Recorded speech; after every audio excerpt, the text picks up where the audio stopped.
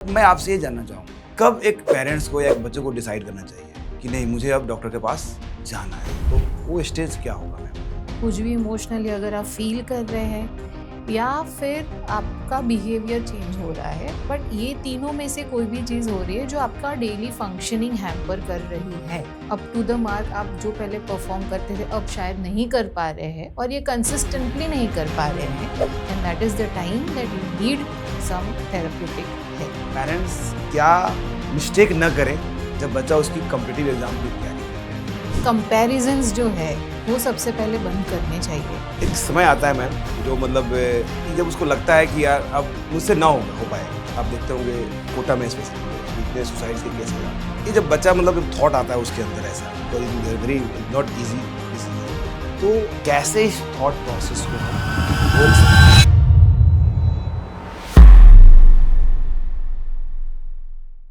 Hello everyone, welcome to autograph of life with Siyaram Kumar. इस show में हम लोग गेस्ट की पर्सनल एक्सपीरियंस से सीखने की कोशिश करते हैं।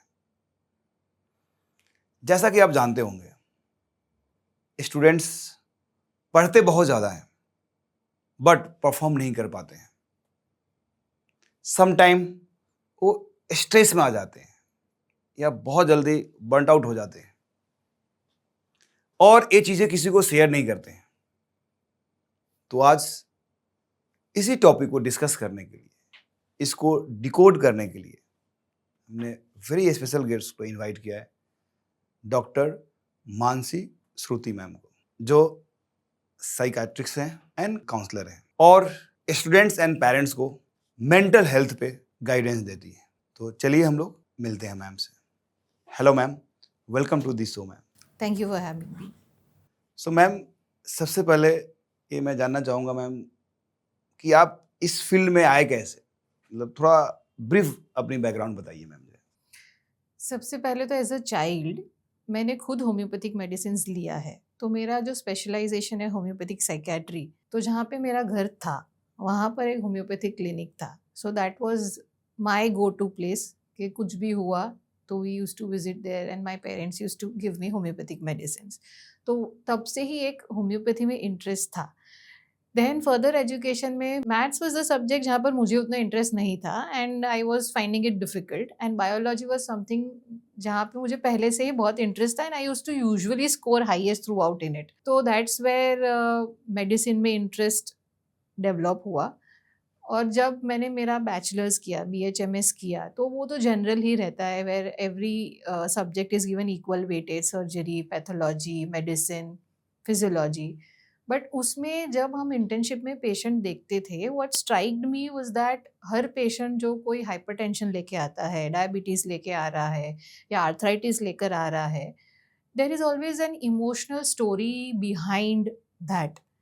तो सिम्पटम्स बहुत अच्छे से जाँचे जाते हैं, समझे जाते हैं, बट वो इंसान के पीछे का एक इमोशनल स्टोरी क्या है, what is the stress going on in the mind of this person, वो उतना ध्यान से देखा नहीं जाता था, and that actually made me feel that that is something which is very important to understand, because एक एनवायरनमेंट में 2 जन है बट एक को ब्लड प्रेशर हुआ, दूसरे को क्यों नहीं हुआ?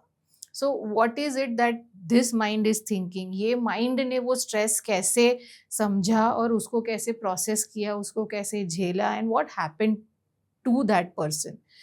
So, as Viktor Frank, a psychologist, in his very famous book "Meaning of Searching the Meaning of Life", उसमें कहा है कि there is always a gap between the stimulus and the outcome. तो कोई एक स्टिमुलस है और एक उसका जो आउटकम है, उसके बीच की जो कहानी है, that will decide what the outcome is going to be. So वो स्ट्रेस को इंसान कैसे प्रोसेस करता है, कैसे उसको एक्सपीरियंस करता है, and what he goes through, वो एक आउटकम डिसाइड करता है। So that disease always has its back story which lies in the mind. So that's how my interest developed in psychiatry and psychology, and that's how I landed up into homeopathic psychiatry as my branch or field of expertise. Okay ma'am. So generally मैंने society में देखा है, generally not only बच्चे और parents की, मतलब जैसे मेरे घर में भी अगर कुछ हुआ तो जनरली हम अवॉइड करते हैं, नहीं जाना चाहते हैं। तो ऐसा क्यों है मैम कि जो मतलब जाना ज़रूरी है, फिर भी जो है अगर कोई पेरेंट्स अपने बच्चों को बिल्कुल नहीं भेजना चाहता है, मेट्रो सिटी में फिर भी ओपन है बट गाँव में तो बिल्कुल नहीं है जो है। तो ऐसा क्यों है मैम? और कैसे इससे हम मतलब बोल सकते हैं कैसे लोग ओपन अप हो कि जाना चाहिए हमको जो है? Yes ma'am. Basically Indian culture में एक चीज़ हमेशा से कही जाती है बार बार कि हिम्मत रखो, तो स्ट्रेंथ को एक बहुत बड़ा दर्जा दिया गया है, दैट कोई भी कठिनाइयाँ आए you have to remain strong and facing something related to mind, उसको वीकनेस के साथ इक्वेट किया गया है। सो फॉर एग्जाम्पल, रोना आना कमज़ोरी की निशानी है, एंग्जाइटी फील होना कमज़ोरी की निशानी है, बिकॉज आपको जो हो रहा है वो शायद सबको नहीं हो रहा है। तो पहले से ये चीज़ सिखाई ही नहीं गई है that it's okay to be weak, it's okay to cry. तो वल्नरेबिलिटी को हमेशा ढकना सिखाया है। सो कवर अप करो। सो कवर अप करते करते शायद मुझे पहले कभी फियर एक्सपीरियंस हुआ था, शायद मुझे पहले कभी एंग्जाइटी एक्सपीरियंस हुई थी, पर वो कवर अप हो गई। तो मुझे नहीं समझा कि वो डील कैसे करना है। साइकिल चलाते चलाते मैं एक बार गिर गया, तो मुझे पता है कि गिरने के बाद ऐसा ऐसा करते हैं, फिर वापस you have to sit on the cycle and you will be able to ride the cycle. But puncture हो गया तो क्या करना है वो मुझे किसी ने नहीं बताया है।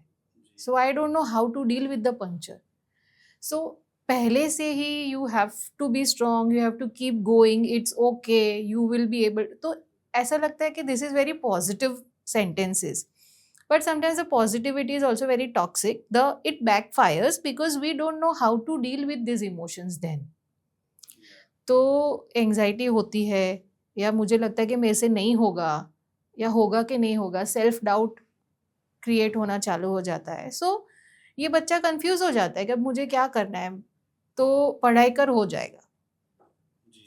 पर पढ़ाई तो वो करता है, 10 घंटे पढ़ता है, 12 घंटे पढ़ता है, पर टेस्ट में मार्क्स नहीं आ रहे, परफॉर्म नहीं कर पा रहे। तो क्या प्रॉब्लम है? एंग्जाइटी का प्रॉब्लम है, अटेंशन का प्रॉब्लम है, या वो ब्लैकआउट हो जाता है, या उसे शायद समझ नहीं आ रहा है, या समझ आ रहा है पर वो एग्जीक्यूट नहीं कर पा रहा है, कोई स्पेसिफिक सब्जेक्ट रिलेटेड प्रॉब्लम है, या उसके कुछ इमोशनल बैगेजेस या बर्डन है, फ्रेंड्स के बीच में कुछ हो रहा है कंपटीशन जिसकी वजह से वो लो फील करता है। What exactly is the reason, वो जाने बिना एक जेनेरिक एडवाइजेस दी जाती है कि हो जाएगा, and that doesn't help to solve the problem, क्योंकि प्रॉब्लम आइडेंटिफाई ही नहीं हो रहा है।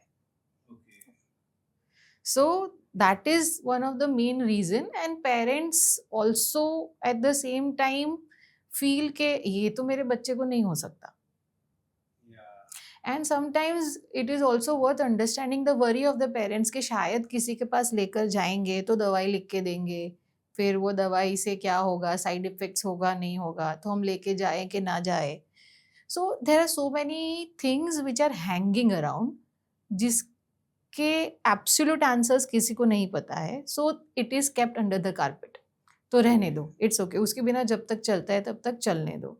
तो एक स्टिग्मा, भले ही ऐसा बोला जाता है कि अब हट रहा है, which is also true, but it is not completely out of the mind of the people. तो वो स्टिग्मा अभी भी है कि हम जाएंगे तो लोग क्या बोलेंगे, या फिर इस बच्चा भी सोचता है कि मैं गया तो मेरे फ्रेंड्स क्या सोचेंगे, उनको पता चला तो क्या होगा। तो फियर ऑफ बीइंग जज्ड जो है वो अभी तक भी है। और मैंने मेरे प्रैक्टिस में ऐसा भी देखा है कि कोई बच्चा या कोई पेरेंट्स अगर आ भी गया और थोड़ा बेटर हो गया, तो then the consistency is the problem. तो ये भी है। So the whole point is that the stigma is still not out because of the kind of the upbringing that is there in our culture, which is responsible for whatever we are facing right now. Because जो parents है उनके भी parents ऐसे ही सोचते थे, मतलब तुम कर लोगे सब हो जाएगा, यू आर स्ट्रॉन्ग। तो कल्चर फॉलो होते आ रहा है और वो अभी तक गया नहीं है। बट नाउ डेज जो मैं देख रहा हूँ मेट्रो सिटी में ऑलमोस्ट धीरे धीरे गायब हो रहा है। विलेज में तो अभी भी नहीं है। विलेज अगर आप जा रहे हो साइकियाट्रिस्ट के पास तो गया, मतलब हो सकता है उसकी शादी भी नहीं होगी जो है, ऐसा भी मतलब कल्चर है। ये तो गया था डॉक्टर के पास जो है, ठीक है ना। बट मेट्रो सिटी में बिल्कुल नहीं है। जनरली लोगों को लगता है कि मुझे पता है कि मेरे पास एक टॉपर बचा था और जब वो स्कोर अच्छा कर रहा था बट जो उसकी ड्रीम थी वो अचीव नहीं हो पा रहा था। तो सिंस जब किसी का ड्रीम टूटता हुआ दिखता है तो अंडर स्ट्रेस, अंडर एंजाइटी आता है वो जो है, तो रोने लगता था पेरेंट्स के सामने, समटाइम टीचर के सामने जो है। तो उनको पेरेंट्स ले गए डॉक्टर के पास जो है, एंड नाउ वो उसकी जो ड्रीम है वो मुझे अचीव होते हुए दिख रहा है, बहुत अच्छा परफॉर्म कर रहा है। और जो पहले वो निगेटिव हो जाता था अभी हाईली पॉजिटिव है वो, मतलब अलग ही नेचर बदल गया उसका जो है। तो मुझे कहीं ना कहीं लगता है कि बच्चों को जाना चाहिए, अगर ऐसा कुछ फीलिंग हो रहा है तो पेरेंट्स को भी उनको लेकर जाना चाहिए। तो मैम मैं जानना चाहता हूँ कि जैसे नॉर्मल स्ट्रेस तो हर किसी के पास होता है, जैसा मतलब एक एग्जांपल मैं जनरली क्लास में देता हूँ कि कार्बन का 2 फॉर्म है, एक कोयले वाली फॉर्म है और एक डायमंड वाली फॉर्म है। तो कोयले की कोई वैल्यू नहीं है बट डायमंड की बहुत वैल्यू है। बट वो डायमंड बना कैसे? तो उसकी जो प्रोसेस है वो under high pressure and extreme pressure and temperature पे जाके वो बना। बट जो कोयला है वो उस कंडीशन में नहीं बना जो है।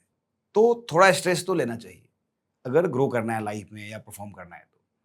बट मैं आपसे ये जानना चाहूँगा, कब एक पेरेंट्स को या एक बच्चे को डिसाइड करना चाहिए कि नहीं मुझे अब डॉक्टर के पास जाना है? तो वो स्टेज क्या होगा मैम? ये बहुत ही वैलिड क्वेश्चन है आपका।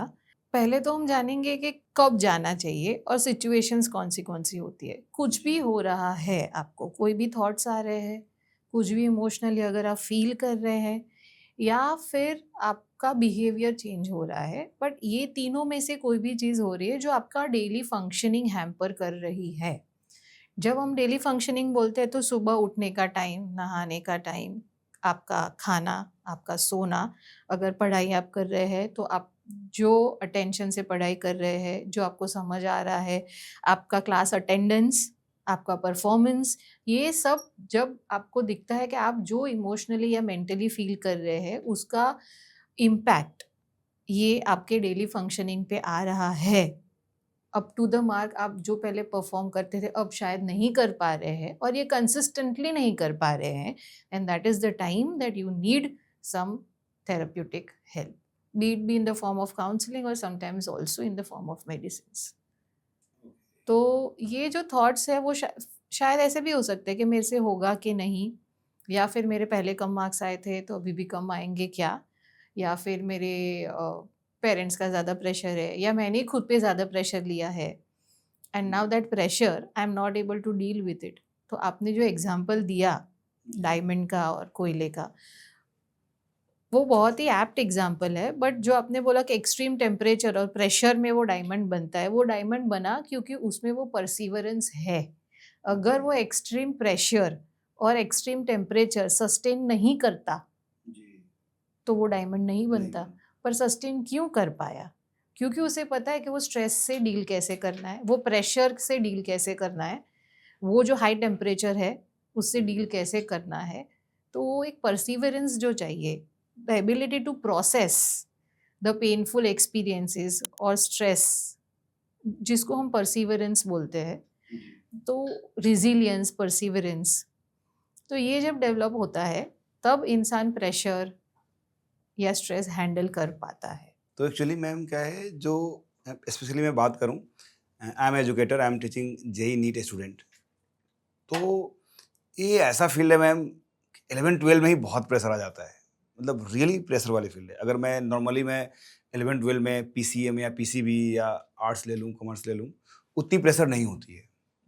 बट अगर बच्चा जेई नीट लिया तो इतनी हाई कंपटीशन है, बिकॉज 24 to 25 लाख बच्चा नीट का दे रहा है, 14 लाख बच्चा जेई एडवांस का दे रहा है, मतलब जेई मेंस दे रहा है, एंड बहुत ही टफ पेपर है। तो बच्चा जब 10th करके आता है तो उसको लगता है कि सर ये तो वैसे ही है, 10th में पढ़ा था, यहाँ भी पढ़ लेंगे हम। लेकिन जब इसमें आता है, जब डेप्थ में जाता है तो उसको लगता है कि यार ये तो अलग ही है। तो उसका कहीं ना कहीं जो ड्रीम होता है वो खत्म होने लगता है जो है। तो अब मैं पूछना चाहूँगा मैम कि बच्चे तो सारे आ रहे हैं तैयारी करने इसके जो है, but after with in 3 month, कोई 6 मंथ, कोई 1 साल के बाद ऐसा होता है कि बच्चा बोलता है कि मुझे अब ये नहीं होगा, मुझसे नहीं होगा। मतलब मैं एग्जांपल दूं, कुछ दिन पहले एक बच्चा आके बोलता है, उनके फैमिली जो है डॉक्टर है, काफ़ी सेटल्स हैं, एवरीथिंग जो है। वो बोला पहले बच्चा कि हम जेई एडवांस की तैयारी करेंगे। फिर कुछ दिन के बाद बोलता है कि हम सीटी की तैयारी, जेई मेंस की तैयारी करेंगे, दैट इज उससे थोड़ा लोअर लेवल। फिर बोलता है कि सर सीटी की तैयारी करेंगे। अभी बोल रहा है, क्लास 12 अभी आ गया, बोलता है कि हम कॉमर्स में जाएंगे, साइंस हम लेंगे ही नहीं। तो ये चेंजेस उसके अंदर आ रहे हैं, बिकॉज देख रहा है कि वहाँ पे प्रेशर इंक्रीज हो रहा है जो है। तो इस सिचुएशन से, क्योंकि ये नॉट ओनली, मैं एक एग्जांपल दिया, बट ऐसे मैं मैक्सिमम के साथ मैं देखता हूँ कि मैक्सिमम बच्चे ऐसा फील करने लगते हैं। ये बच्चा तो ओपन होकर बोल भी पा रहा है, मैक्सिमम बच्चा नहीं बोलता है, बिकॉज कोचिंग में उन्होंने पैसा दे दिया है इतना, तो पेरेंट्स का पैसा लगा दिया, तो शेयर नहीं करता है। तो इस चीज़ों से बच्चा कैसे मतलब बाहर निकले, कि मतलब सिंस आपने बोला कि डायमंड बनने के लिए जो है, वो जो झेलने की कैपेसिटी है वो होनी चाहिए। बच्चा ट्राई कर रहा है बट उसे नहीं हो रहा है, तो कैसे इसे मतलब आए, क्या इसका सोल्यूशन है मैम जो है? एक तो ऐसा है कि ऐसी कॉम्पिटिटिव एग्जाम्स में एक्सेलेंस का ही इम्पोर्टेंस है, बट शायद अगर हम उसको रिफ्रेम कर पाए, बीइंग टीचर्स या being parents, that excellence is not important, your best is important. क्योंकि एक्सेलेंस की जब बात होती है, so it is something which is never ending, जिसका कोई अंत नहीं है। तो अगर मैं कोई कोचिंग ले रहा हूँ या ले रही हूँ जहाँ पे I am preparing for such competitive exams, then my outlook is on the highest range of percentage और percentile, which is an excellence mark.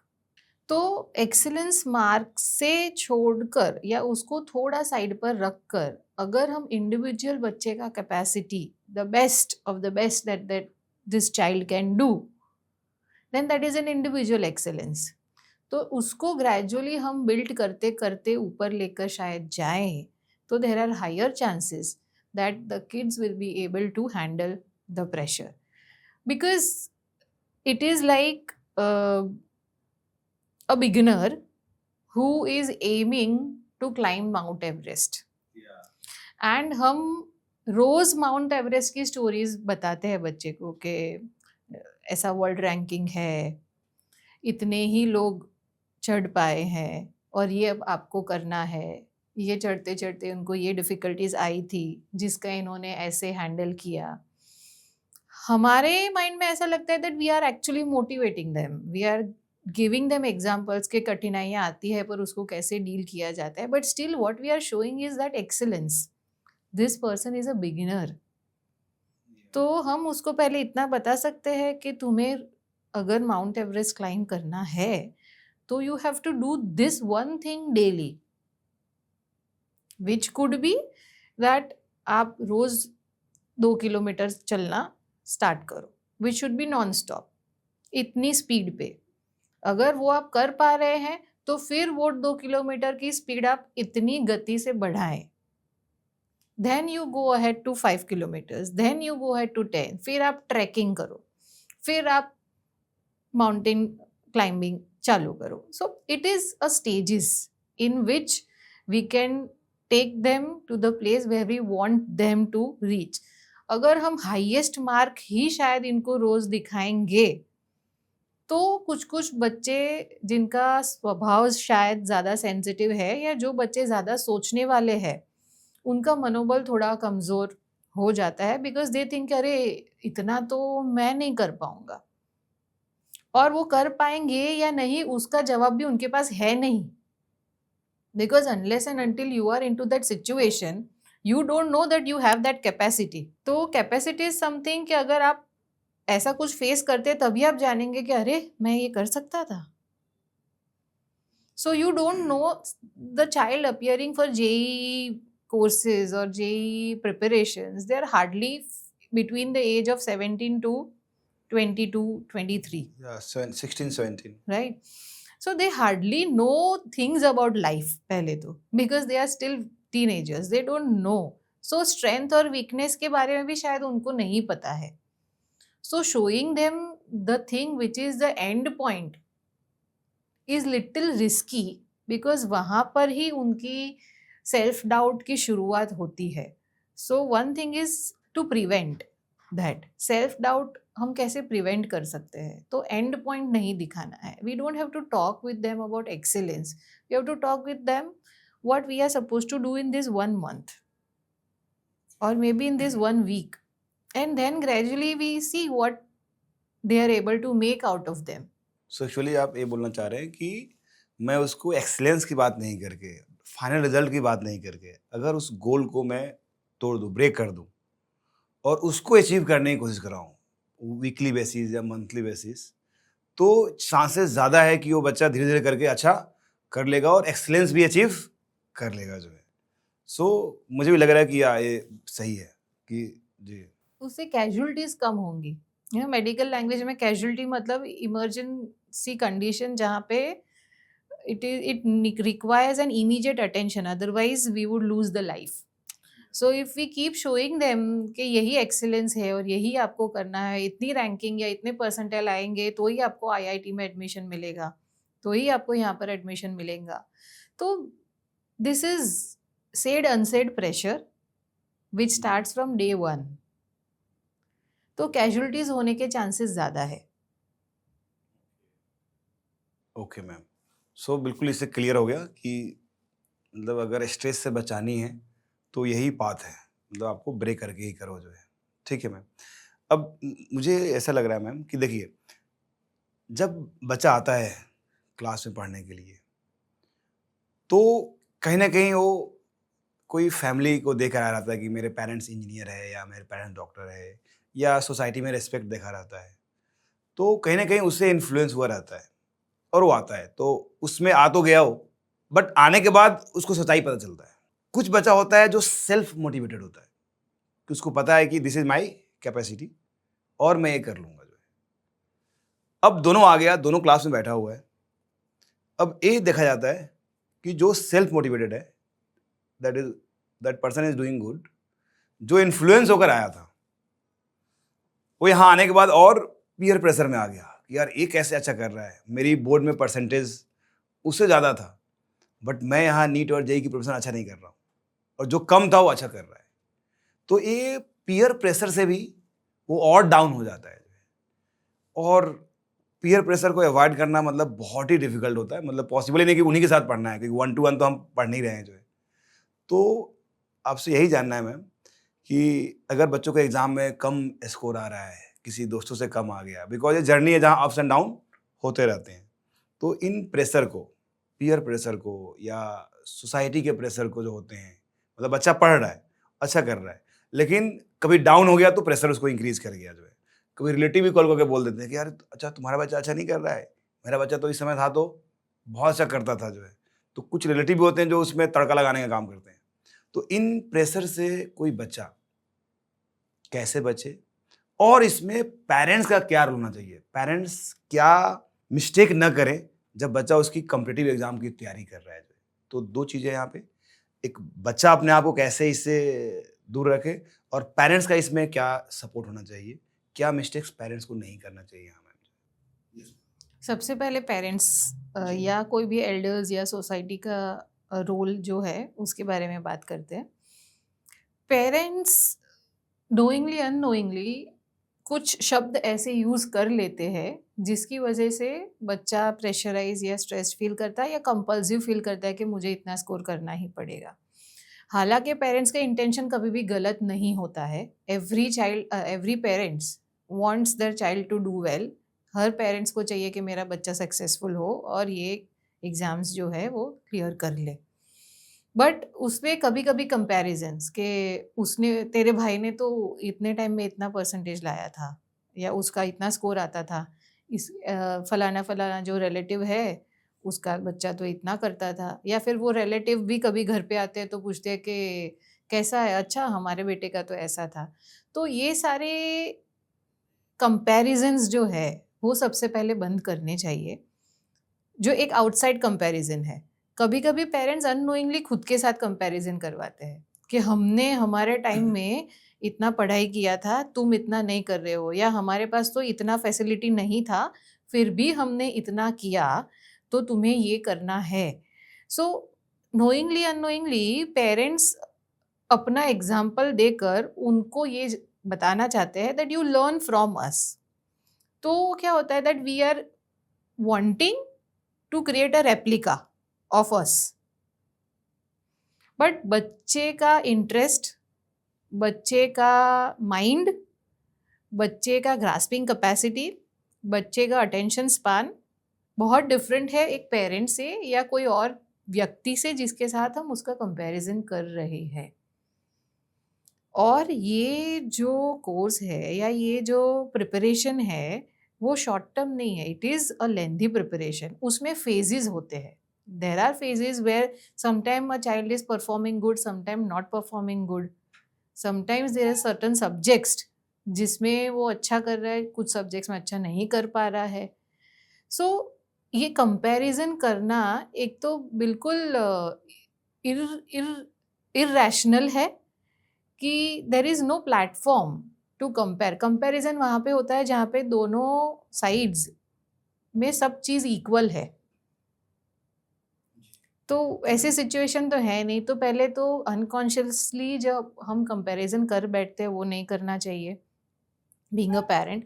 और अगर पेरेंट्स नहीं कर रहे बट कोई थर्ड इंसान के थ्रू हो रहा है तो eight the same time parents should very maturely handle the situation and say that to a child that it's okay, उन्होंने जो बोला वो बोला, but you don't take it to your heart, we know that what you are doing and we are there with you, और तुम तुम्हारा best दो और तुमसे जितना होता है उतना करो।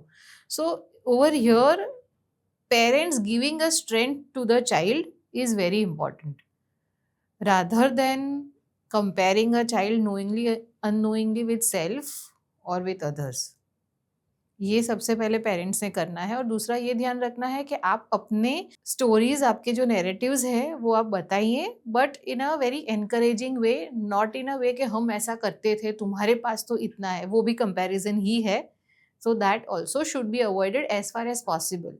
आपको अपना स्टोरी बताना ज़रूरी है so that they know that you have grown, but in a very encouraging way and at the right timing, not at the time where the child is struggling। यही स्टोरी शायद आप कोई और टाइम पे बता सकते हैं where the child is in the frame of mind to receive your story। तो ये एक पेरेंट्स ने ध्यान रखना है। दूसरा, चाइल्ड ये चीज़ पीयर प्रेशर जो है उसे एस्केप नहीं कर सकता, बट अगेन पीयर प्रेशर तभी होता है when a child starts comparing himself with others. या तो ऐसा कुछ इंटरनल कंपटीशन बिल्ड कर लेते हैं अपने माइंड में कि मुझे इस I am competing with my friend और I am competing with the other class जिसका इतना रैंक आया था, अब मेरा इतना आ रहा है। So it is an inbuilt pressure. तो if a child is self motivated तो वो करता रहेगा, but if the child is getting a motivation through somewhere else, जैसे कि उसके पेरेंट्स ने कुछ किया है and the child is wanting to do that, या फिर उसके फैमिली में इंजीनियर्स है, डॉक्टर्स है, तो there is an external motivation for the child. And then another type of motivation is internal. तो जो इंटरनल मोटिवेशन है उसको हार्डली कोई चीज़ें इम्पैक्ट करती है बिकॉज उसका इनर विल या इनर ड्राइव बहुत स्ट्रांग है, so he will be able to persist. जैसे वो डायमंड के एग्जाम्पल में हमने बात की, तो उसमें वो कैपेसिटी है बिकॉज उसका मोटिवेशन इंटरनल है। तो एक्सटर्नल मोटिवेशन जिसको रहता है, जिसको बाहर से ऐसा मोटिवेशन है कि मुझे इनके जैसा बनना है या ये कर पाए तो मैं भी कर लूँगा, he or she somewhere have to understand that मैं कोई भी चीज़ जो कर रहा हूँ वो कंपल्शन में कर रहा हूँ, प्रेशर में कर रहा हूँ, या मैं क्यूरियोसिटी से कर रहा हूँ। क्यूरियोसिटी जब खो जाती है तो हम चीज़ें प्रेशर में करने लगते हैं। The time that I am curious कि अरे ये प्रॉब्लम कैसे सॉल्व होता है, या फिर ये उसमें ये फॉर्मूला चल गया था तो इसमें ये फॉर्मूला क्यों नहीं चल रहा है। एक क्यूरियोसिटी जो है वो जब तक जागरूक रहेगी तब तक प्रेशर या कंपल्शन कम रहेगा। pressure is always there in such competitive exams, but the proportion is always different. हमें ये ध्यान रखना है being a teacher and being a parent कि pressure ज़्यादा हावी ना हो. We shouldn't try कि pressure ना रहे. That is something which is far-fetched and that is not possible also, which is illogical. तो ऐसे competitive, इसीलिए उसको competitive exams बोला गया है. But we have to take care कि क्यूरियोसिटी जब बच्चे का कम हो जाएगा तो उसका इंटरेस्ट ड्रॉप हो जाएगा. तो क्यूरियोसिटी और इंटरेस्ट हम जब तक बनाए रखेंगे तब तक प्रेशर हावी नहीं होगा. जब प्रेशर हावी होने लगेगा then the self doubt will start coming in, and then lack of confidence, then anticipation and fear for the exams, then performance pressure. And I think जब भी बच्चा क्लासेस में आता है कहीं ना कहीं it is important to give them a reality check ना. आइडियल सिचुएशंस या आइडियल सिनेरियोज की बात ना करके रियल सिनेरियोज को टच करना बहुत ज़रूरी है कि फेजेस आएंगे, कम मार्क्स आएंगे, you will feel anxiety, you will feel anticipation, but that is part of the journey. उसे हम ऐसे तरह से हम डील करेंगे, या अगर ये टेक्निक्स आप यूज़ करेंगे तो आप प्रेशर फील नहीं करेंगे, या आपका माइंड बर्नआउट में नहीं जाएगा, या आप इमोशनली और कॉग्निटिवली इंटेलेक्चुअली एग्जॉस्ट नहीं फील करेंगे. So reality check is important. हम यही मान के चलेंगे कि इसको प्रेशर फील हो रहा है, इसको प्रेशर नहीं, प्रेशर सबको फील हो रहा है, मात्रा सिर्फ अलग है. So we have to take care कि प्रेशर और स्ट्रेस बच्चे पे हावी ना हो, उसका क्यूरियोसिटी और उसका इंटरेस्ट पढ़ाई में बना रहे. और अगर क्यूरियोसिटी और इंटरेस्ट बना है और उसके मार्क्स कम आ रहे हैं, it's okay, because it is not important कि मार्क्स हमेशा ही स्टेबल आने चाहिए या उसका ग्राफ हमेशा ऊपर ही जाता रहना चाहिए. ups and downs are part of life, so ups and downs in the marks is also part of whatever we are doing. Curiosity or interest is something that we should be looking forward to.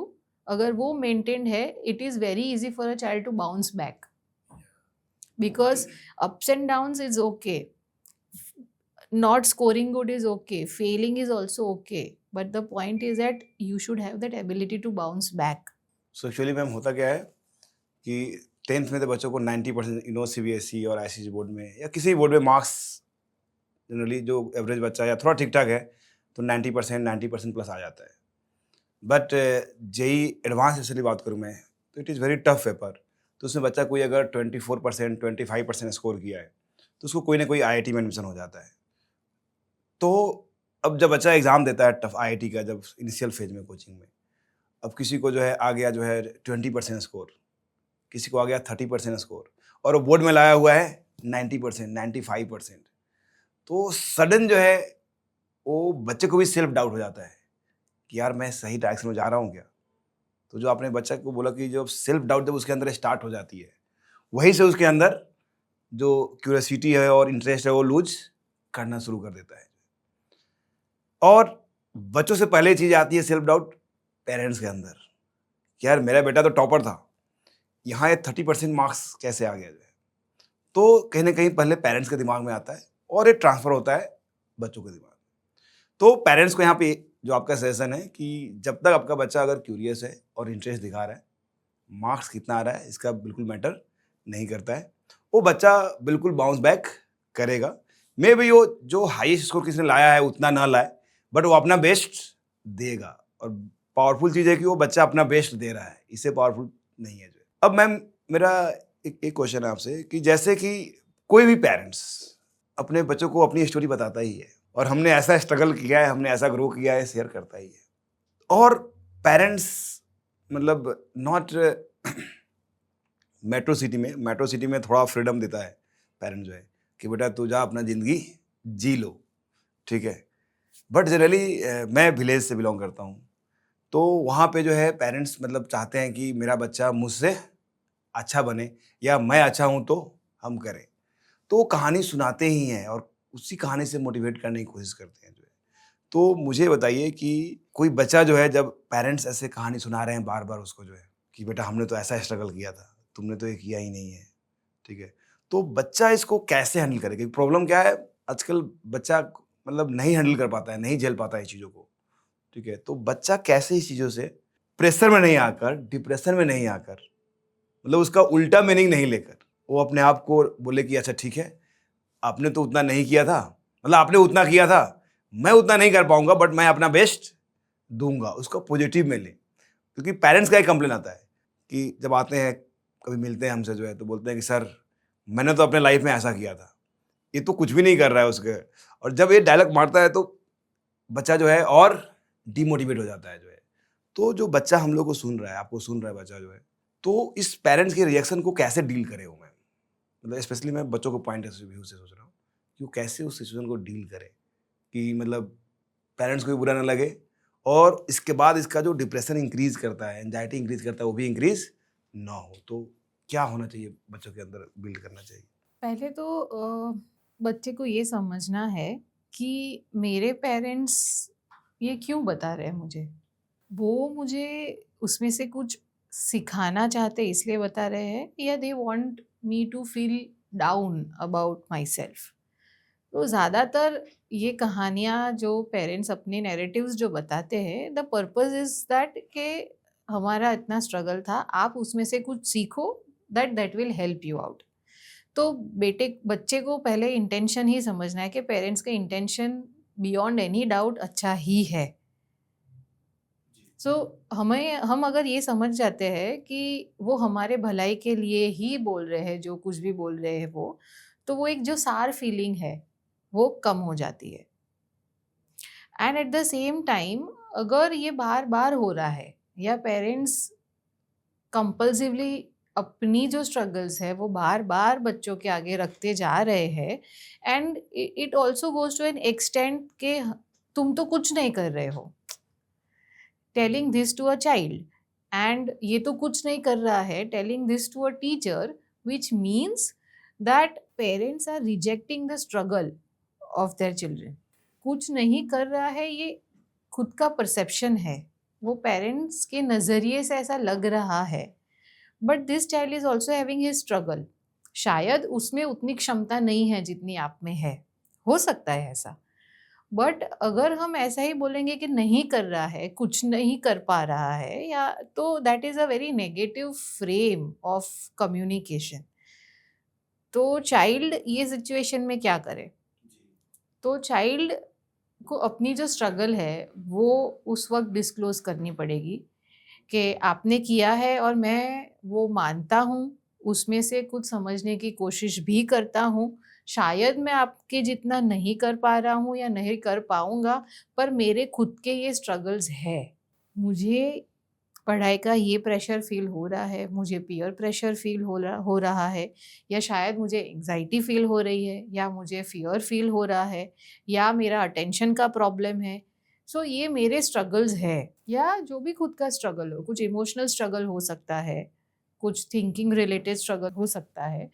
तो खुद का जो struggle है, वो आप अपने parents को communicate कीजिए, तो पेरेंट्स भी समझेंगे कि आप नहीं कर पा रहे हो, या उनकी जो एक्सपेक्टेशन है उस एक्सपेक्टेशन के हिसाब से आपका परफॉर्मेंस अगर नहीं आ रहा है, तो उसके पीछे की ये स्ट्रगल्स है। इफ़ यू डिस्क्लोज दैट, तो आपके पेरेंट्स को समझेगा कि क्या है। तो यहाँ पे बात आ जाती है कम्युनिकेशन पे। तो parents have to communicate in a way जहाँ पे it is not rejecting the struggle of the child, and the child has to disclose his struggle.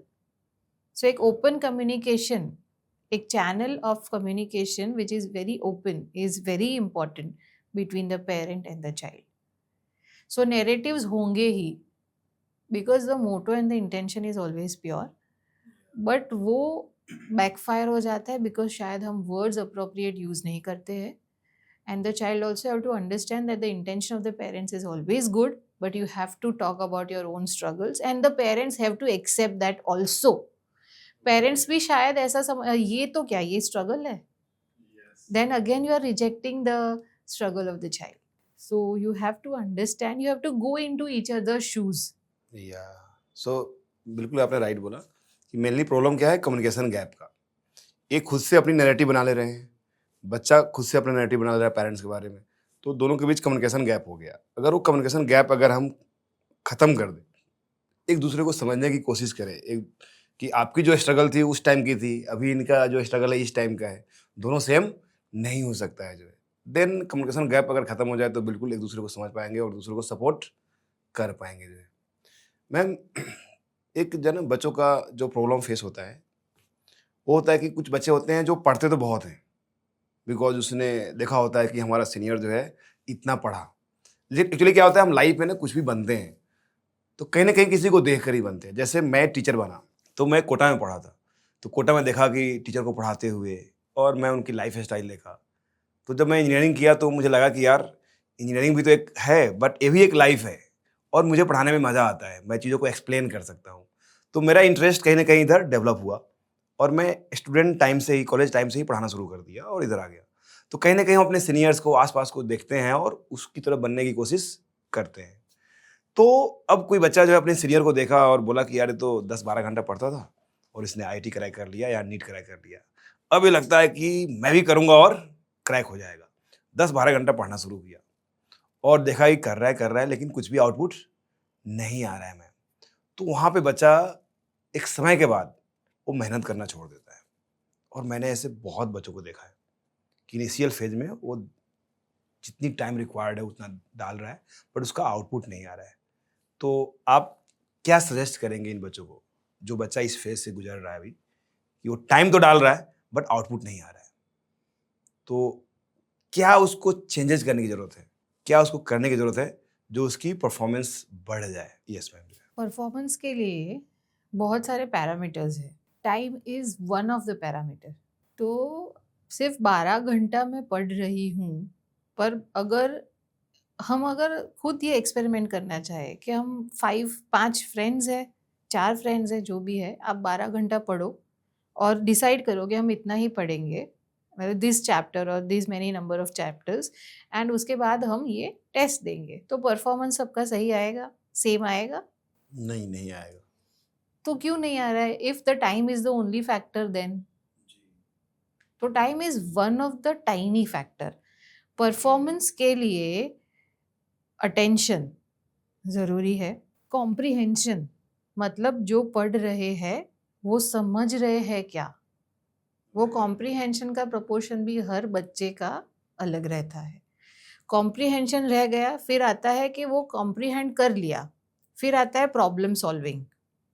ना मुझे समझ में आ गया कि ये फॉर्मूला या ये थ्योरम जो है वो ऐसे ऐसे है। नाउ मुझे कुछ रियल लाइफ बेस्ड क्वेश्चन आ गया एग्जाम में, तो मुझे वो नॉलेज अप्लाई करना है, जो मैंने समझा वो मुझे अप्लाई करना है। तो application is the third stage.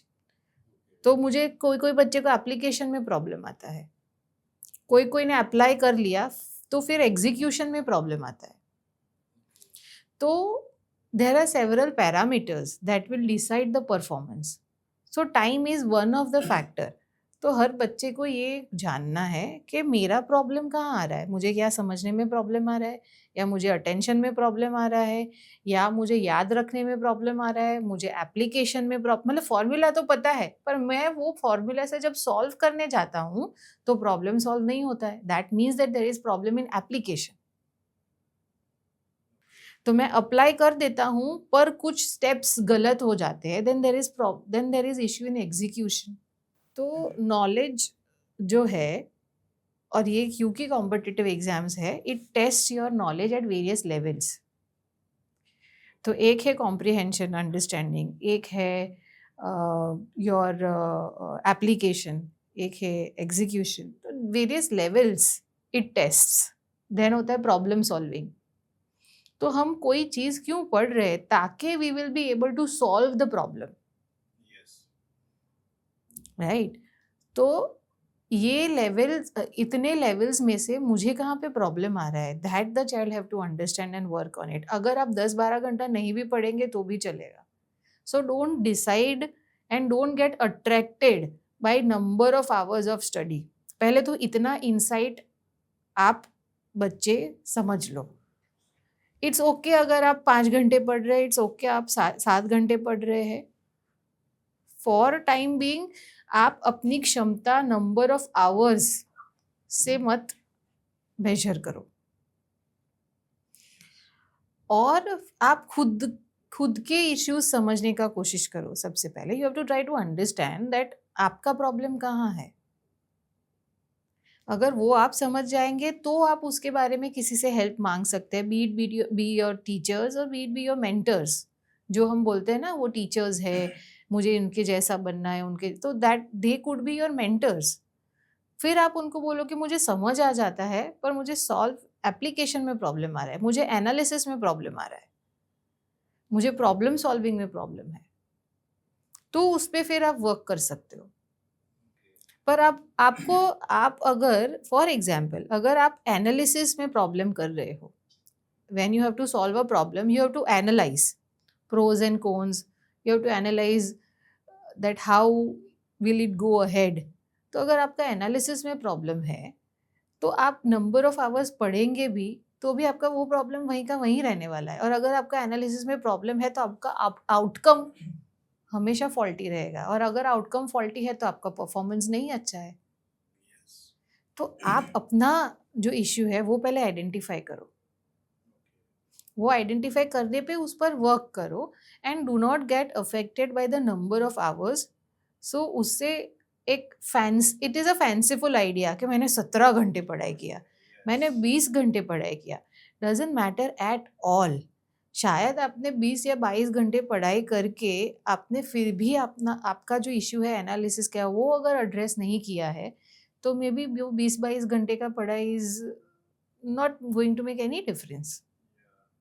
So the conclusion is कि बच्चों को अपनी प्रॉब्लम आइडेंटिफाई करनी है कि रियल में हम प्रॉब्लम कहाँ हो रही है। अगर मैं परफॉर्मेंस नहीं अच्छा ला रहा हूँ, अच्छा परफॉर्म नहीं कर रहा हूँ, तो फिर रियल प्रॉब्लम कहाँ है उसको आइडेंटिफाई करें और टीचर से डिस्कस करें, जो मेंटर्स हैं उनसे डिस्कस करें और उनको दूर करने की कोशिश करें। अगर ये बच्चा कोई कर लेता है तो डेफिनेटली उसका जो आउटपुट होगा वो इम्प्रूव होगा।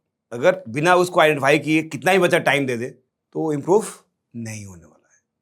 जैसे मान लीजिए कोई बोलता है कि मुझे दर्द है, अब सिर्फ दर्द है तो अब कहाँ दर्द है बताना ज़रूरी है। अगर रियल में पता नहीं चलेगा कहाँ दर्द है तो मैं इन जनरल अगर सिंपली पेन किलर दे रहा हूँ, मे भी काम करे और नहीं काम करे जो है, तो दैट्स गुड एडवाइस। मैं ये जानना चाह रहा हूँ मैम कि मान लीजिए देखिए बच्चा जो है पढ़ भी रहा है, सब कुछ किया, बट एक समय आता है मैम जो मतलब कि जब उसको लगता है कि यार अब मुझसे ना हो पाएगा। आप देखते होंगे कोटा में स्पेशली जो है कि इतने सुसाइड्स के केसेस आते हैं। मुंबई में भी मतलब ऐसा हुआ है कि 2016 में कि मेरे बैच का एक बच्चा था, एंड वो मतलब क्लास में बहुत पहले तो आगे बैठता था, धीरे धीरे वो पीछे बैठना शुरू कर दिया और मतलब क्लास से एकदम कट ऑफ हो गया वो। एंड सिंगल चाइल्ड था और पेरेंट्स उनके मतलब काफ़ी फेमस काउंसलर हैं, मतलब बॉलीवुड में वो बड़े बड़े सेलिब्रिटी को काउंसलिंग करते हैं जो है। बट अचानक से न्यूज आया कि वो बच्चा ड्रेस में ही, मतलब कोचिंग के ड्रेस में ही वो वासी ब्रिज में वो जंप कर गया। वासी जो समुद्र की जो सी है उसमें जंप कर गया और 2-3 डेज बाद उसकी बॉडी मिली किसी किनारे जो है। तो ये जब बच्चा मतलब जब थॉट आता है उसके अंदर ऐसा, because it is very it not easy decision जो है, तो इस समय बच्चे को मतलब कैसे आइडेंटिफाई करना चाहिए एज ए टीचर, बिकॉज मुझे भी हेल्प होगा, या as a parents, because parents को पता नहीं चल रहा कि बच्चों के साथ क्या गुजर रहा है जो है। तो मुझे 2 एंगल से जानना है, एक पेरेंट्स के एंगल से और एज ए टीचर के एंगल से, और एक बच्चों के एंगल से, कि कैसे इस थॉट प्रोसेस को हम रोक सकते हैं। क्योंकि अगर हमने उसमें रोक लिया, क्योंकि ये इंस्टिंक्ट है, वो इंस्टिंक्ट पे कोई अगर उसको समझ गया तो उसको बिल्कुल बचाया जा सकता है जो है। तो एज ए टीचर तो मुझे मतलब रियल मेरे क्लास की स्टोरी है, एंड कोटा में तो हर वीक में ऐसा होता है कि बच्चा ऐसा स्टेप लेता है। मुंबई में थोड़ा कम लेता है बिकॉज मुंबई में बच्चे अपने पेरेंट्स के साथ रहते हैं, कोटा में पेरेंट्स के साथ नहीं रहते हैं। तो यस मैम, जो कैसे हम इसको रोक सकते हैं मैम? पहले तो अर्ली साइंस आइडेंटिफाई करना ज़रूरी है। जैसे कोई बीमार पड़ता है तो ऑब्वियस चीज़ें जो होती है वो ये है कि चलो बॉडी एक हुआ ना, फिर सिर दर्द हुआ, फिर सर्दी हुई, फिर खांसी हुई, फिर बुखार आया, नो आंखें लाल होना, तो हमें समझ आता है कि ये इंसान का तबीयत आज ठीक नहीं है। वैसे ही somebody who is affected by some imbalance of emotions, तो हम कैसे समझेंगे? तो एक तो उसके चेहरे के हाव भाव से भी समझ में आता है। तो जब हम उससे बात करते हैं, क्या वो आई कांटेक्ट रखता है, नहीं रखता है। जब हम वो बच्चे के साथ इंटरेक्ट करते हैं, तो उसके साथ इंटरेक्शन में ज़्यादा नेगेटिव कोनोटेशंस है क्या, कि सर मेरे से तो नहीं होता है, या मैं नहीं कर पाया हूँ, मैंने कोशिश की पर नहीं हो रहा है, शायद नहीं कर पाऊँगा। तो हर बार वो अपने बारे में क्या आइडिया प्रेजेंट कर रहा है आपके आगे, वो एक है। तीसरा ऑब्जर्वेशन का पार्ट ये है कि उसका इंटरेक्शन उसके पीयर्स के साथ कैसे चल रहा है।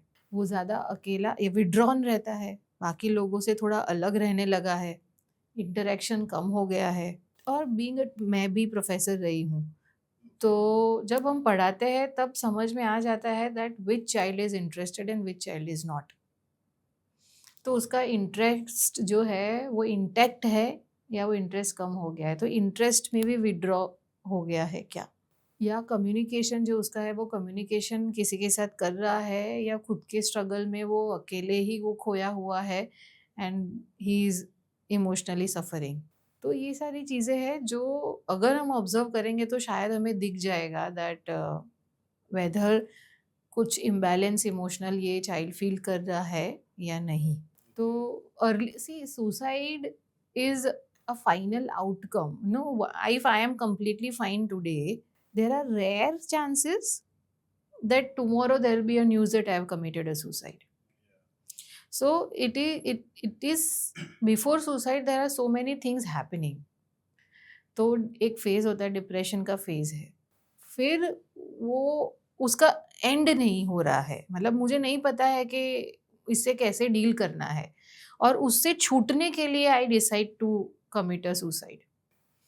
तो क्या हम वो डिप्रेस्ड फेस में जब रहता है बच्चा, तो क्या तब हम आइडेंटिफाई कर सकते हैं क्या?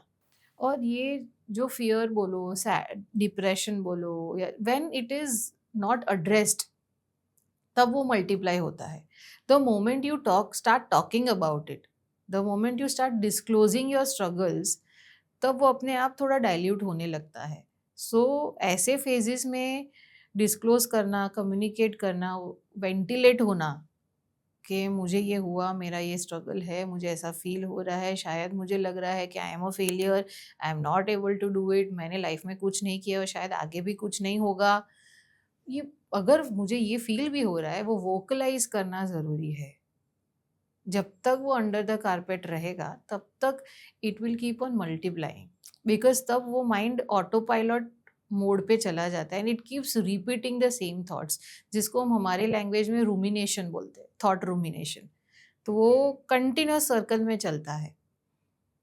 सो वो कंटिन्यूस सर्कल में अगर ये हो गया दैट मेरे से नहीं होगा या मैं नहीं कर पा रहा हूँ और मैंने नहीं किया है, so he will label himself as I am a failure, I am not able to do it. I will not be able to do it. I do not deserve the life, and therefore I want to end my life. And then a person commits a suicide. So जब भी ऐसा कोई भी phase होता है, person हमने पहले भी बात किया कि उसके डेली लाइफ के फंक्शनिंग में आपको कोई ना कोई उसके साइंस दिखेंगे ही दिखेंगे।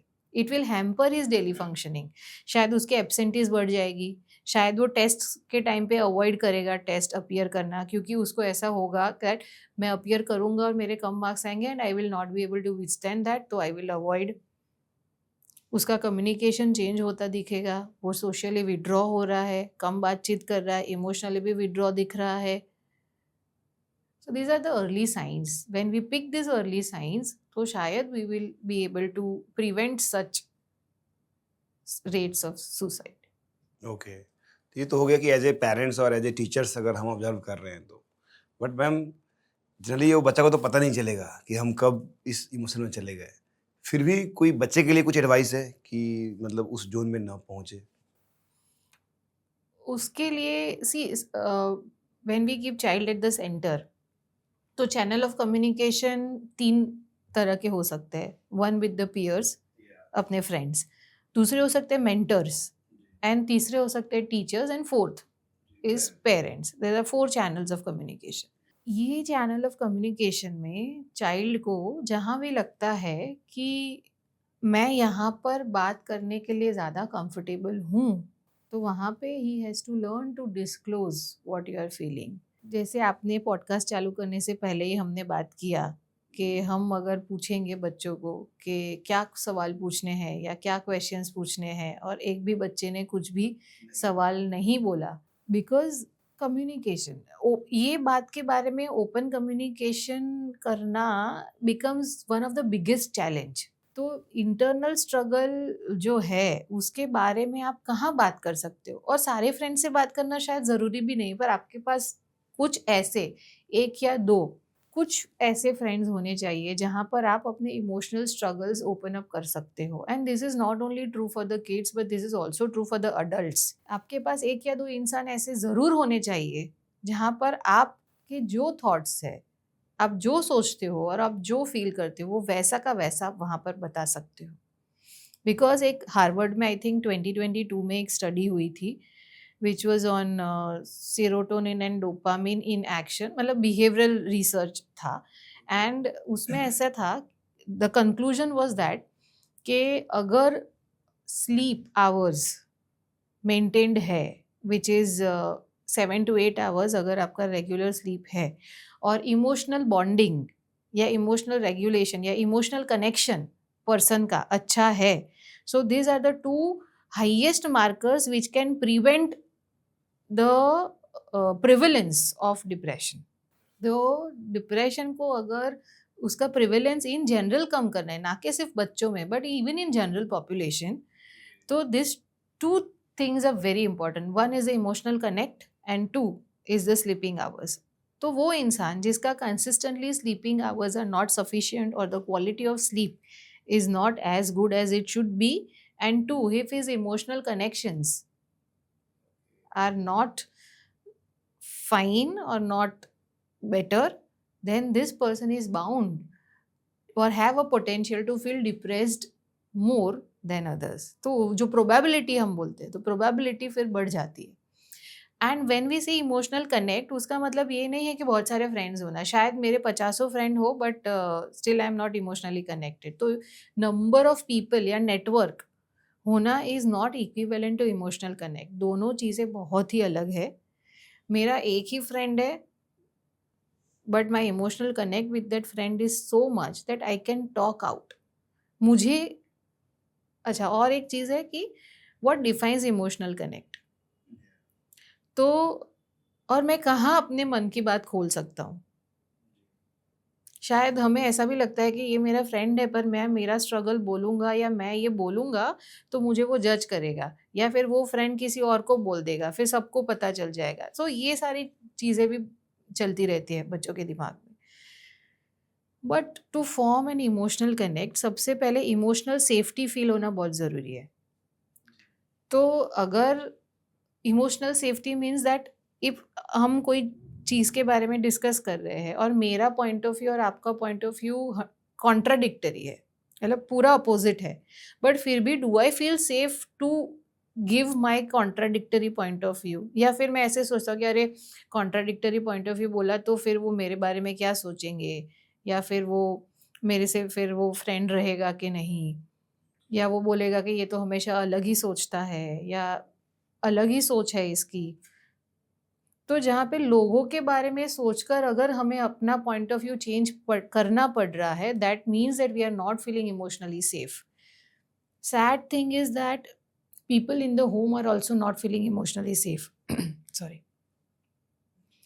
तो घर में भी ये ध्यान रखना है पेरेंट्स को भी, और इवन बिटवीन द अडल्ट्स, क्या हम ऐसा एनवायरनमेंट क्रिएट कर रहे हैं जहाँ पर मेरा पॉइंट ऑफ व्यू है, जो मेरा मंतव्य है उससे अपोजिट किसी का मंतव्य है, क्या वो बोल सकता है? Am I giving that permission, am I giving that environment जहाँ पर कोई भी इंसान मैं जो बोल रहा हूँ उससे अपोजिट अगर उसका बिलीफ है तो क्या वो एक्सप्रेस कर पाता है, क्या वो बोल पाता है?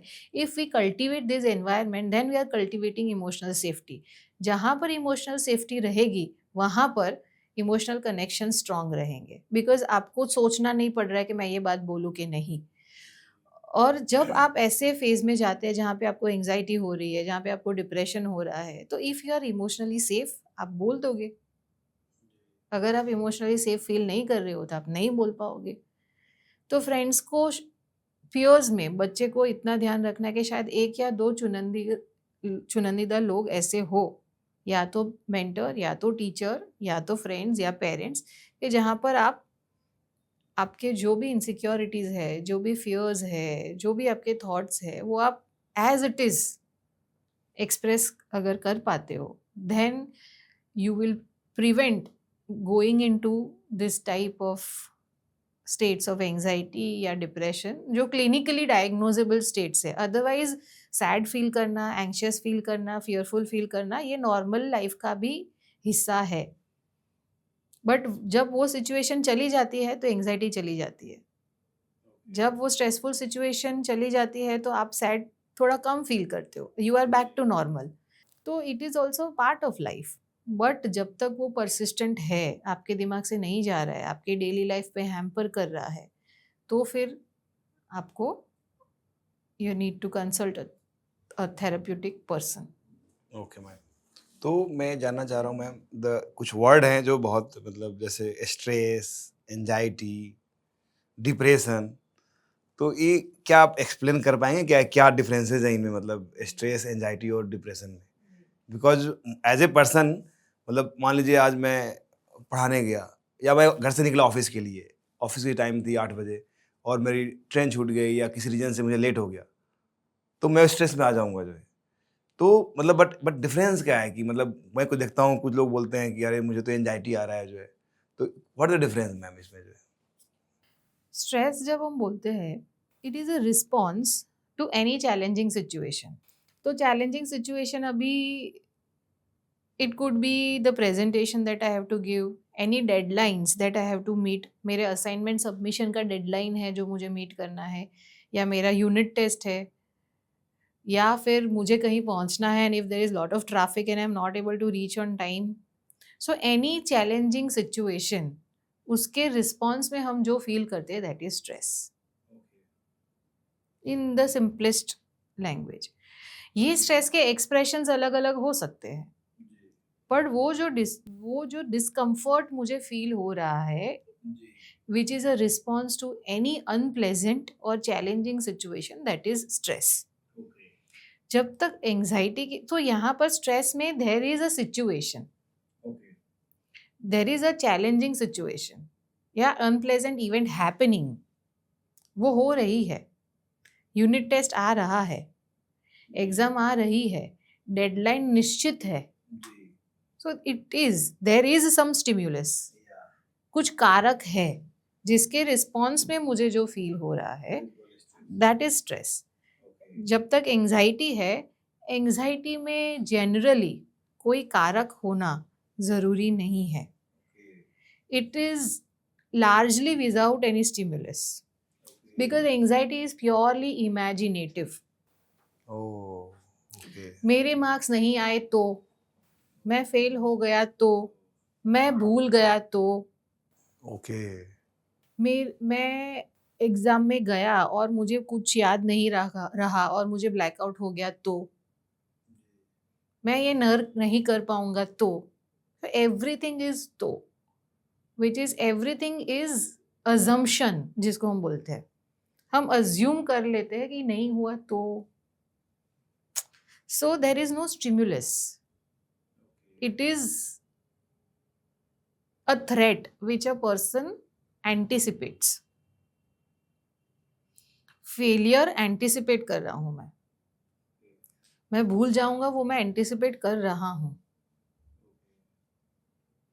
मुझे ये एग्जाम क्रैक मैं नहीं कर पाऊंगा वो मैं एंटिसिपेट कर रहा हूँ। So there is an assumption, there is an imagination.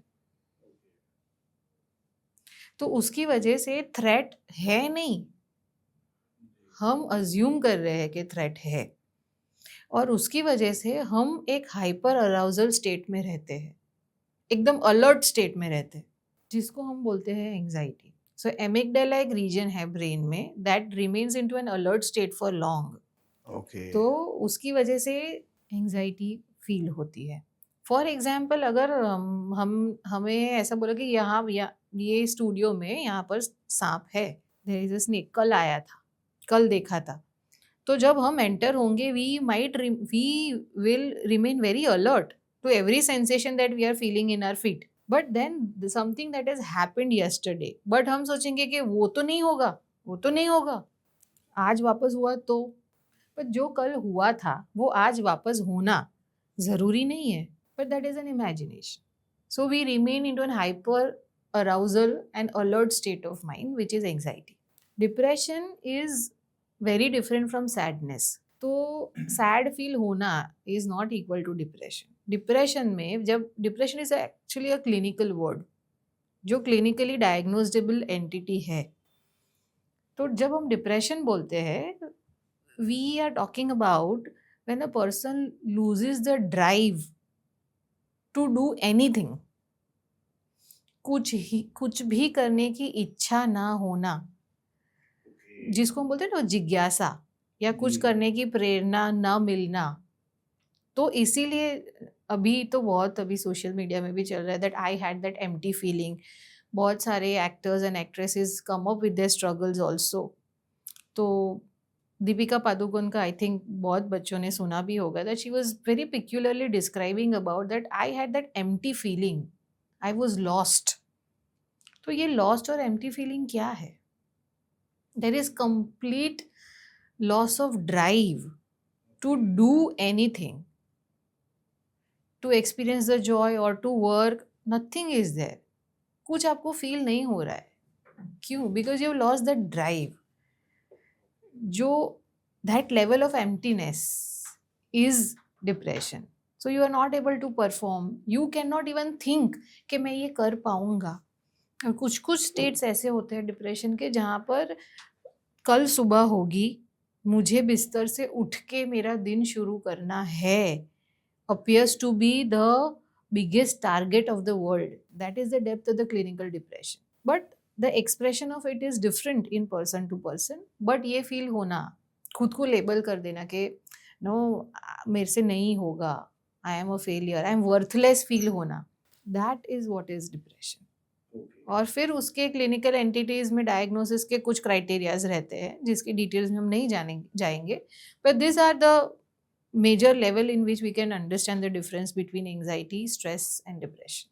तो मैम ये तीनों तो मैं बहुत डेप्थ समझ लिया, क्योंकि मुझे पहले इतनी आइडिया नहीं थी कि ऐसा होता है। तो क्या किसी इंसान को, जैसे मैं भी बताऊं तो मैं भी ये जो आपने बोला है सब कुछ फील किया हूँ, बट मैं कभी नहीं गया डॉक्टर के पास। तो क्या किसी इंसान को अगर ऐसा कुछ फीलिंग हो रहा है, जैसे कि आपने क्लियरली बताया कि this is the stress level, this is anxiety level और दिस इज डिप्रेशन लेवल, तो क्या डॉक्टर के पास जाना चाहिए या ये मानना चाहिए कि यार ये लाइफ है, ये तो ऐसे होता है, अपने आप ठीक हो जाएगा जो है? तो बताइए कैसे कॉमन मैन, मतलब not I am talking about the student, I am talking about the common man right now. So anxiety और डिप्रेशन या फिर कोई और mental imbalance, let's not say even disease, but कोई भी इम्बैलेंस जो आपको more than 4 to 6 week consistently feel हो रहा है, और उसकी वजह से अगर आपका डेली फंक्शनिंग हैम्पर हो रहा है, then it is a time that you need some therapeutic help. अब ये थेरेप्यूटिक हेल्प सिर्फ काउंसलिंग भी हो सकती है, या mix of counselling and medicine भी हो सकती है, या जस्ट सम गाइडेंस भी हो सकता है। But why you should go? Because ये चीज़ 4 to 6 वीक्स से आपको कंसिस्टेंटली हो रही है, नंबर 1। 2, उसकी वजह से आपका रूटीन जो है वो हैम्पर हो रहा है, which clearly means that you yourself are not able to deal with it. Stress होना आप डील कर सकते हो, एंग्जाइटी होना आप डील कर सकते हो, स्टिमुलस गया, वो चीज़ चली गई। शायद ऐसा भी हो सकता है that you find extreme imbalance, but still you are able to solve it and you are able to overcome, and you have been able to overcome that. So then the thing is over, it is no more. But the problem starts when वो चीज़ consistently है and it has remained for a longer period of time, for more than 4 to 6 weeks से वो चली रही है, and उसकी वजह से अब शायद आप कुछ physically you are not fit, feeling fit, या फिर आप रोज़ काम पे नहीं जा सकते हैं, या फिर आपको रोज़ स्लीप इश्यूज हो रहे हैं, आपको हेडेक हो रहा है, शायद आप चिड़चिड़ापन महसूस कर रहे हैं, या फिर आप जो काम कर रहे हैं उसमें आपका फोकस नहीं हो रहा है, और something is not allowing you to perform up to the mark. तो एक ऐसा भी हो सकता है कि शायद नहीं, मैं काम काम पे तो रोज़ जाता हूँ, काम तो मेरा चल रहा है, हो रहा है, बट क्या आप ज़्यादा चिड़चिड़ापन आपके एक्सप्रेशन में आ रहा है, या आप ज़्यादा अपसेट हो जाते हैं बहुत जल्दी और आप शॉर्ट टेम्पर्ड हो जा रहे हैं, या फिर आप डिस्ट्रैक्शन के लिए ज़्यादा मोबाइल यूज़ करने लगे हैं and you are not interacting with people more, या फिर आपकी नींद डिस्टर्ब हो रही है, या नंबर ऑफ आवर्स आपकी स्लीप अच्छी है but the quality of sleep is not good and आप सुबह अनरिफ्रेश फीलिंग के साथ उठ रहे हो। So these are the gradual changes that will start happening in life, and उसकी वजह से आपका फंक्शनिंग एक ऑप्टिमल लेवल ऑफ फंक्शनिंग जिसको बोलते हैं, that you are able to do everything with the best of your effort. But when you are stressed, then it is not possible. But once you take enough rest, then you are back to normal. Agar even after enough rest and a mental reset and emotional rest also, if you're not able to be the same person as you who you were, then maybe that is the time that something is not well, it's not going well, you are not able to deal with it. तब आपको शायद कोई expert के पास जाना ज़रूरी है। So now हम लोग कम बैक आते हैं थोड़ा स्टूडेंट पे। एक बार प्रॉब्लम होती है जनरली मैम की, स्टूडेंट अगर किसी कंपटीशन की तैयारी कर रहा है तो उसकी टारगेट ही होती है कि मतलब मैं कैसे अच्छा परफॉर्म करूं, और सम टाइम इसके चक्कर में होता क्या है, वो एग्जॉस्ट हो जाता है, बर्न आउट हो जाता है जो है। तो कोई टेक्निक है जिससे बच्चा अगर उसको फॉलो करे तो इस चीज़ से बच सकता है मैम जो है? या ये बहुत अच्छा क्वेश्चन पूछा आपने। एक्चुअली हमने थोड़ी पहले ही बात की कि नंबर ऑफ आवर्स, कि 12 घंटे पढ़ाई की, 15 घंटे, 20 घंटे पढ़ाई की, that is not a real and reasonable way of a study, because a brain is designed in certain way. अपने बॉडी का एक बायोलॉजी होता है। A body is also a kind of a machine that runs on its own, and उसका एक operational capacity होता है। सो आप एक दिन शायद 12 घंटे 15 घंटे पढ़ाई कर सकते हो, 2 दिन कर सकते हो, 1 महीना कर सकते हो, बट अगर यही आपका पैटर्न है, then somewhere you are working against your biological construct.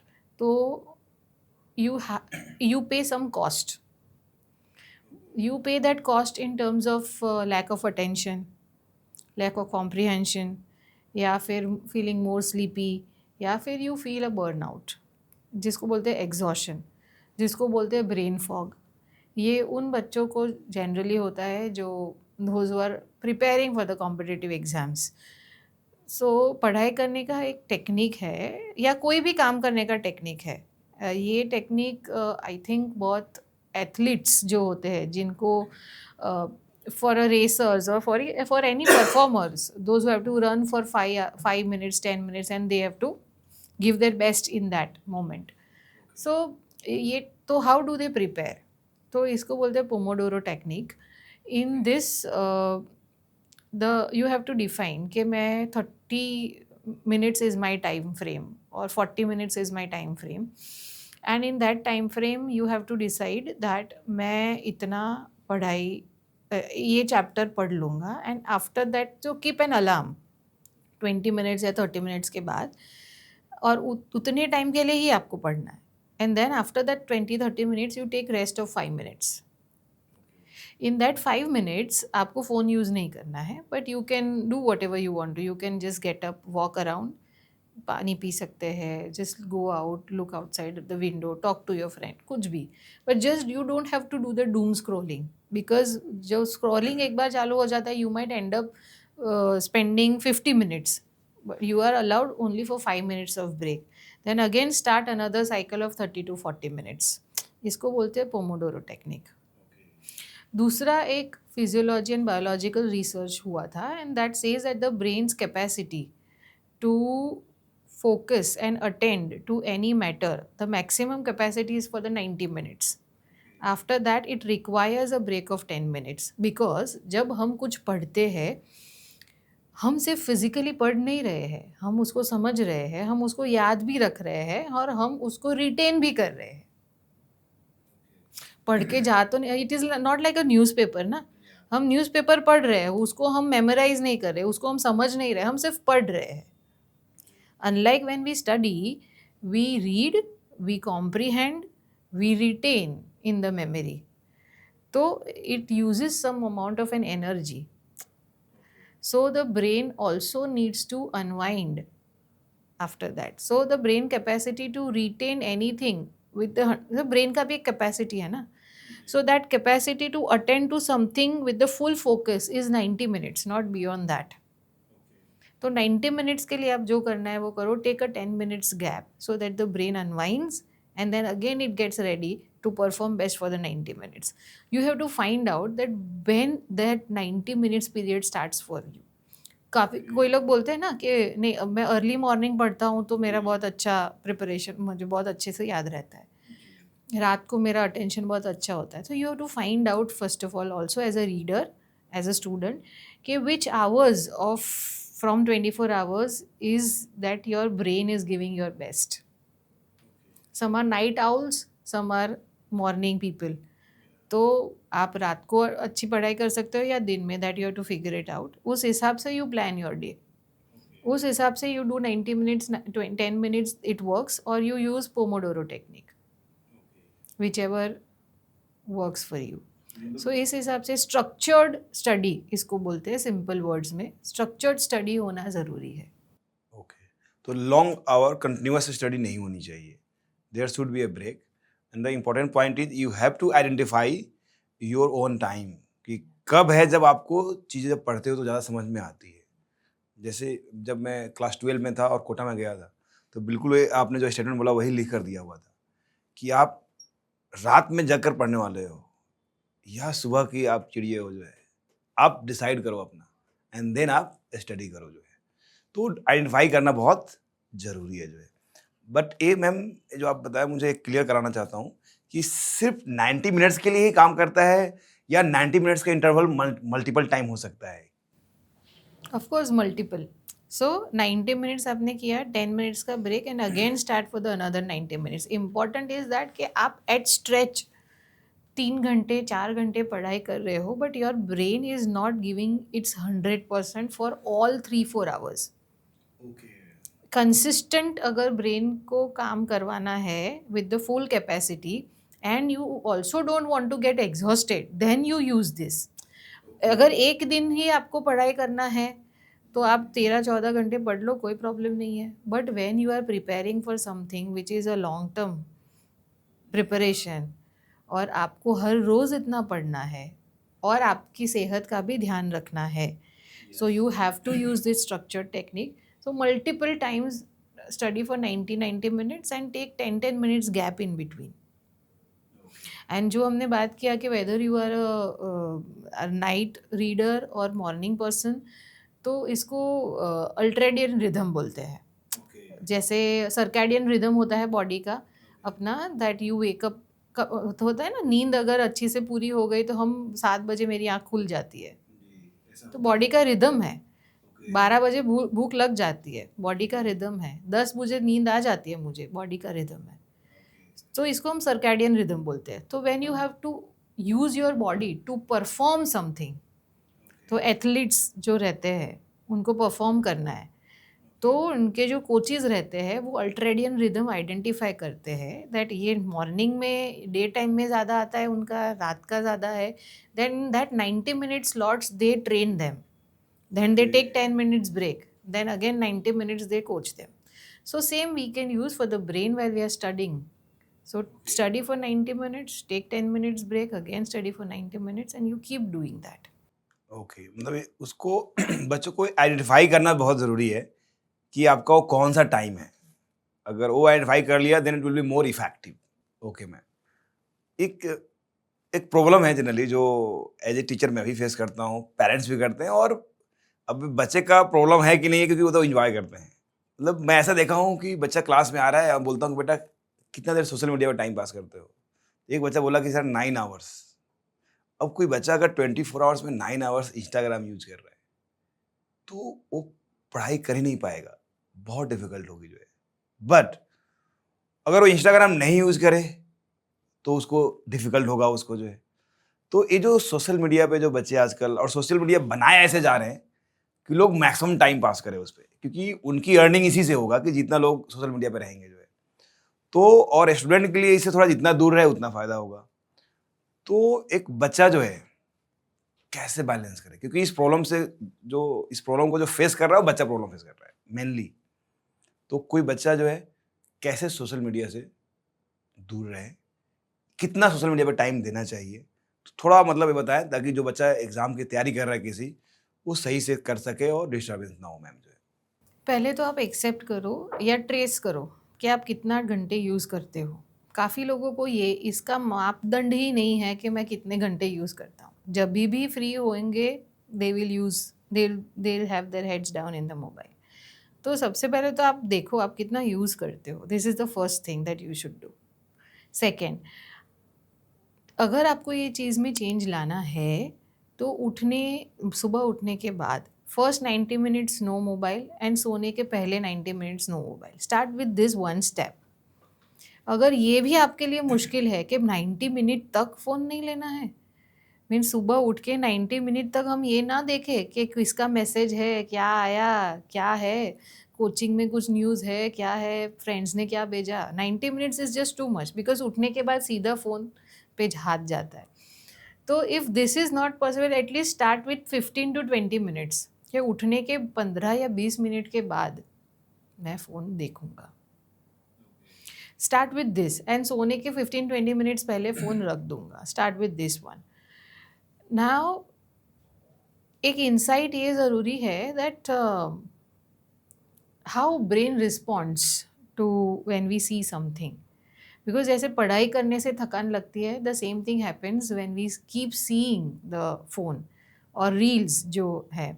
अब तो ऐसा है कि अटेंशन स्पान जो पहले रिसर्च में ऐसा आता था कि it is for 1 to 1.5 minutes, अब वो ह्यूमन अटेंशन स्पान उससे भी रिड्यूस होकर 30 सेकेंड्स हो गया है as per the latest research. So why is this happening? Because reels के ड्यूरेशंस जो है तो डूम स्क्रॉलिंग चल रहा है and then what happens to the brain and mind is what we is called as doom scrolling fatigue या doom scrolling exhaustion. तो जब हम कुछ देखते हैं तो हमें इंटरेस्टिंग लगता है, हम देखते देखते काफ़ी बार हंसते हैं, जो हमें पता भी नहीं है the how is the body responding जब हम कुछ देख रहे हैं। काफ़ी बार कुछ देखते हैं तो हम थोड़े ऐसे स्टिफ भी हो जाते हैं। So how is the body responding to something that we are seeing? So that means that some changes are happening in the brain. और मैं ये बार बार देख रहा हूँ, that means that मुझे वो डोपामिन किक मिल रहा है। और अब एक चीज़ में बार बार कोई रील ऐसी होती है ना, या कुछ ऐसा होता है कि जो हम लूप पे देखते हैं, हम 3-4 बार सेम रील देखते हैं, कोई इंटरेस्ट नहीं हुआ तो तुरंत आगे चले जाते हैं। तो क्यों, वाई? बिकॉज कोई चीज़ हमें अच्छी लगी, उससे हमें अच्छा फील हुआ, दैट मीन्स दैट हमारे ब्रेन में डोपामिन रिलीज हुआ। और अब कुछ चीज़ हम ऐसा सोचते हैं कि नहीं मैं सिर्फ 15 मिनट देखूंगा, but then we end up seeing for 1 hour. तो दैट टाइम फ्रेम लूज हो जाता है बिकॉज ब्रेन को वो 15 मिनट का जो एक डोपामिन किक मिला, नाउ इट वांट्स मोर। तो ऑटोमेटिक फिर वी कीप स्क्रॉलिंग, क्योंकि वो ऑटोमेटिक उसको वो डोपामिन किक चाहिए। एक टाइम ऐसा आ जाएगा कि हम सिर्फ देखते रहेंगे एंड आफ्टर दैट 2 आवर्स हम थक जाते हैं। और ये हमें फील होता है कि वो 2 घंटे देखने के बाद फिर जब हम साइड पे रखते हैं we feel empty, we feel mentally exhausted, because अब वो डोपामिन किक भी काम नहीं कर रहा है। It is not working now, it is wanting even more. तो we will switch that subject to something else. पहले ऐसे कुछ स्टैंड अप कॉमेडी देख ली, फिर कुछ रील्स देख लिए, फिर कुछ शोज देख लिए, then we bring in the variety. फिर वैरायटी के बाद भी see the purpose of seeing is entertainment and unwinding to feel relax, but now it is becoming habitual, ये एडिक्शन हो गया। फिर किसी इंसान को फ़ोन के बिना बिठा दिया तो ही इज़ क्लूलेस कि क्या करना है। सो पहले तो you have to understand that whether you are getting addicted to it. क्या आप खाते वक्त भी यूज़ कर रहे हैं, क्या आप घर से बाहर निकल रहे हैं तभी भी आप यूज़ कर रहे हैं, कोचिंग जाते जाते भी आप यूज़ कर रहे हैं, कोचिंग से बाहर निकलते तुरंत यूज़ कर रहे हैं, और आप यूज़ कर रहे हैं और आपको नहीं समझ आ रहा है कि आपने कितने घंटे स्पेंड कर दिए, then this all are science of internet addiction. So that dopamine kick जो बार बार आपका ब्रेन आपसे मांग रहा है, then there comes a point of saturation. उसके बाद अब it is not feeling happiness even with that dopamine release. So then comes the stage of exhaustion फिर. So you have already reversed the brain biology in a way that जिससे आपको खुशी महसूस होनी चाहिए थी वो अब आपको खुशी महसूस नहीं हो रही है, क्योंकि आपने उतनी एक्सटेंड कर दी that now you are not feeling anything, you are lost. That is the level of the exhaustion that you feel because of too much of use of internet. तो start with the small step. उठने के बाद and सोने से पहले कुछ एक time decide कीजिए जहाँ पर आप यूज़ नहीं करेंगे, and gradually keep reducing the hours. Then it will help. And then improve your sleep, hydrate yourself really well. इससे ब्रेन का अलर्टनेस और ग्रास्पिंग पावर इम्प्रूव्स. स्लीप के जैसा कोई रिकवरी नहीं, कोई चीज़ रिकवरी उतना अच्छा नहीं देता है माइंड और ब्रेन का जितना अच्छी नींद से मिलता है. So sleeping hours, hydrate yourself really well, surround yourself with some good bunch of people where you feel emotionally safe. आपके जो स्ट्रगल्स है वो आप एक्सप्रेस कर पाओ, and you should find that one person where you can share your struggles. And then structured study, it will help you to plan your study well. It will also help you to relax well. Because जितना study करना important है उतना ही relax होना भी important है, which is very neglected thing, जिस पे उतना ध्यान नहीं दिया जाता है. तो रिलैक्सेशन को भी उतना इम्पोर्टेंस देना चाहिए, and then that will help the person to increase the capacity. Because बात वहाँ पे आ जाती है ना कि बच्चे को करना है पर धीरे धीरे उसका कैपेसिटी भी बढ़ाना पड़ेगा. तो कैसे बढ़ेगा कैपेसिटी? तो we have to mentor their whole life, not just studies. ये पेरेंट्स को भी ध्यान रखना है, because the age in which they are is a growing phase.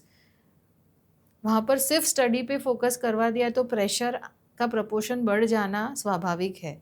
We have to groom them to increase their competency, to increase their capacity to perform. उसके लिए एक balance lifestyle create करना इम्पॉर्टेंट है.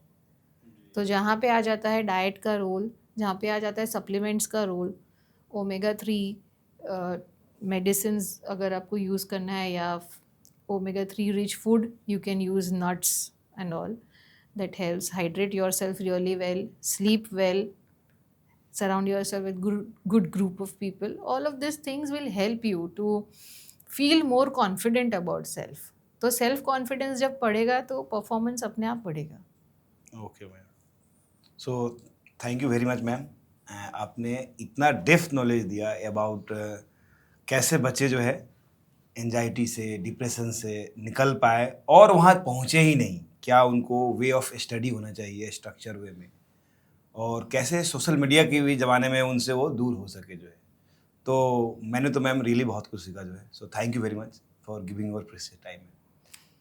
Thank you so much for having मी, और मुझे भी बात करके बहुत अच्छा लगा. एंड आई होप कि अगर ये सुनने के बाद कुछ 3-4-5 बच्चों को भी इससे कुछ हेल्प मिल गई तो I think we have done our job.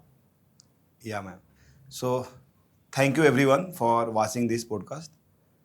अगर आपको लगता है ये वीडियो आपकी लाइफ को चेंज करेगा या आपके किसी फ्रेंड के लाइफ को चेंज कर सकता है, तो इस वीडियो को उन तक शेयर ज़रूर करें, इसे लाइक करें, और ऐसे ही वीडियो देखने के लिए इस चैनल को सब्सक्राइब जरूर करें. फिर मिलते हैं आपको हम नेक्स्ट एपिसोड.